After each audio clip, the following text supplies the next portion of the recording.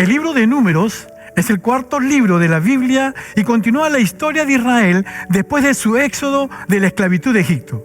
Dios lo había llevado al monte Sinaí y ahí había hecho un pacto con ellos, y a pesar de la rebelión de Israel, en su gracia proveyó en el tabernáculo una manera en que pudiera vivir cerca de su santa presencia. Así que el libro de Números comienza cuando Israel termina su estadía de casi un año en el monte Sinaí, y ellos se dirigen al desierto en camino a la tierra que Dios le prometió al padre Abraham. La narrativa del libro está diseñada de acuerdo a las etapas de su viaje. Así, la primera sección empieza en el monte Sinaí. Luego ellos salen y viajan al desierto de Parán, para luego viajar a la llanura de Moab, que está justo enfrente de la tierra prometida. Ahora, la primera parte inicia con el censo, donde el pueblo es contado, y de ahí precisamente viene el nombre del libro, y luego hay leyes sobre cómo la tribu de Israel debe ser acomodada en el campamento, y que el tabernáculo debía ir en el centro, y luego alrededor de ellos sacerdotes y levitas, y alrededor de ellos las 12 tribus cuidadosamente ordenados con Judá a la cabeza. Todo esto era un símbolo de cómo Dios estaba en el centro del corazón de su pueblo. Esto es seguido por toda una serie de leyes que explicaban las leyes de pureza del libro de Levítico. Si la presencia de Dios debía estar en medio de ellos, debía hacerse todo el esfuerzo para que el campamento sea un lugar puro, un lugar que reciba la santidad de Dios. En el capítulo 10, la presencia de Dios se levanta del tabernáculo y guía a Israel lejos de Sinaí hacia el desierto, e inmediatamente las cosas comienzan a marchar terriblemente mal. El capítulo 11, el pueblo empieza a quejarse de hambre y sed y empiezan a decir que quieren regresar a Egipto.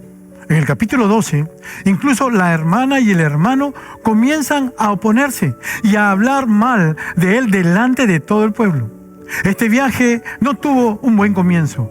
La siguiente sección comienza cuando los israelitas llegan al desierto de Parán, más o menos a la mitad del camino a la tierra prometida, y Dios le dice a Moisés que mande a los 12 espías, uno por cada tribu, para que puedan reconocer la tierra prometida.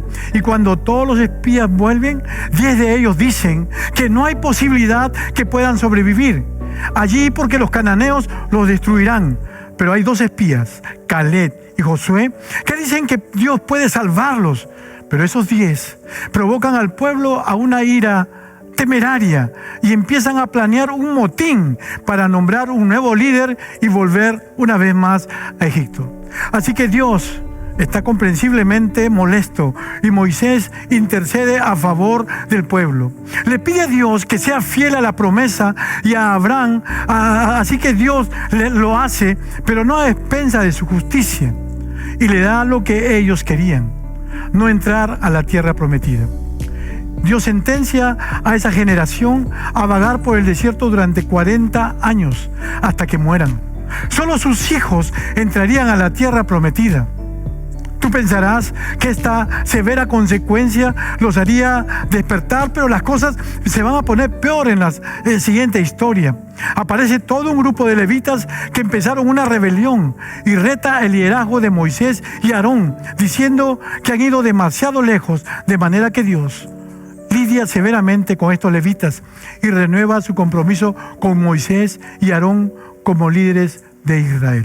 Después de esto, se rebelan una vez más y Dios trae un juicio muy extraño sobre ellos. Serpientes venenosas vienen y muerden al pueblo. Y Moisés intercede una vez más por el pueblo, y Dios le dice que haga una serpiente de bronce y la levante sobre un asta, y todo el que ve esa serpiente será sanado de la mordida venenosa. Es un símbolo muy extraño, pero habla del reto que representa para Dios de permanecer fiel a su pacto. Él está en lo correcto al traer justicia sobre el pecado y la maldad de Israel, pero incluso la justicia de Dios se transforma en una fuente de vida para aquellos que miran a Dios para ser sanados. A partir de aquí, el pueblo se dirige hacia la llanura de Moab. La primera parte principal de esta sección se enfoca en una extraña figura de un personaje llamado Balán. El rey de Moab está asustado porque hay un grupo grande de gente viajando a través de su territorio. Así que contrata a un hechicero pagano para maldecir a Israel. Y en 3 ocasiones distintas, Balán descubre que no puede maldecir. Él solo puede hablar bendición sobre Israel. Recuerden la promesa de Dios sobre Abraham en Génesis 12. Así que no solo Balán no puede maldecir a Israel, sino que Dios le da una visión sobre un futuro rey israelita que un día traerá justicia de Dios a todas las naciones. Esta visión recuerda la promesa de Jacob a Judá en Génesis 49. Ahora, vale la pena detenernos a reflexionar en el flujo del libro hasta ahora.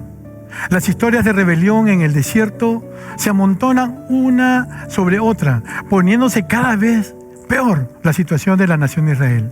Y aunque Dios trae actos parciales de juicio sobre Israel, también se muestra su misericordia proveyendo comida y agua en el camino. En la historia de Balán muestra la gracia de Dios de manera resplandeciente, porque ahí está Israel en el campamento murmurando y rebelándose. Pero en lo alto de la montaña, sin que ellos lo sepan, Dios los está protegiendo, cuidando y hasta bendiciendo. Y es este contraste entre la rebelión de Israel en el desierto y la fidelidad de Dios lo que hizo que estas historias sean tan importantes para los postreros generaciones. Tanto de Israel, las historias del desierto son contadas una y otra vez por los profetas y por los poetas bíblicos, incluso por los apóstoles en el Nuevo Testamento. Estas historias siempre van a servir como advertencia que aunque Dios permanece fiel a su promesa del pacto, Él también permitirá que su pueblo se aparte en rebelión y que enfrente las consecuencias. Después de esto, el resto del libro se enfoca en los hijos de la generación que pereció en el desierto y ellos empiezan a prepararse para heredar la tierra prometida. Ellos hacen otro censo de la nueva generación y luego ganan muchas batallas a los pueblos de alrededor y luego algunas de las tribus empiezan a asentarse en la tierra prometida. Así que el libro termina con la nueva generación lista para entrar en la tierra prometida. Y Moisés está a punto de darles sus últimas palabras de sabiduría y advertencia. Este ha sido el resumen del libro de Números.